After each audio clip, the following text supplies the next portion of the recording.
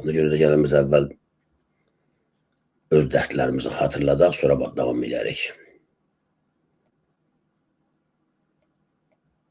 Demirim dağlardan mənə qar gətir, meyvəsiz bağlardan mənə bar gətir. Paylaşın dostlar, paylaşın ki bu həbsdə olan qızlarımızı hamımız tanısın. Məni sağlığımda yoxla, bəsimdir.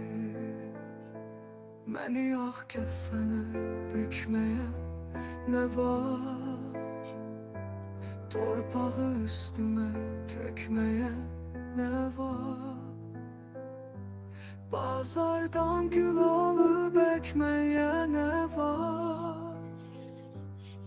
Məni sağlığımda yoxla, bəsimdir.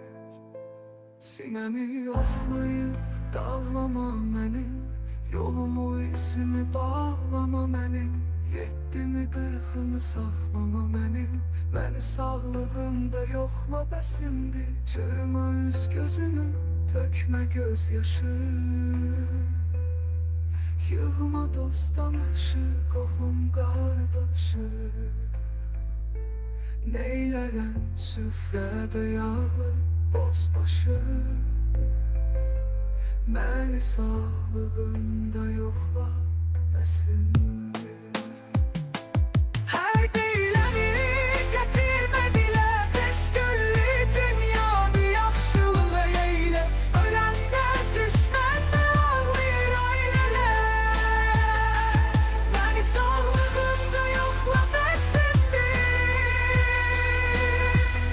Məni sağlığımda yoxla, bəsimdir.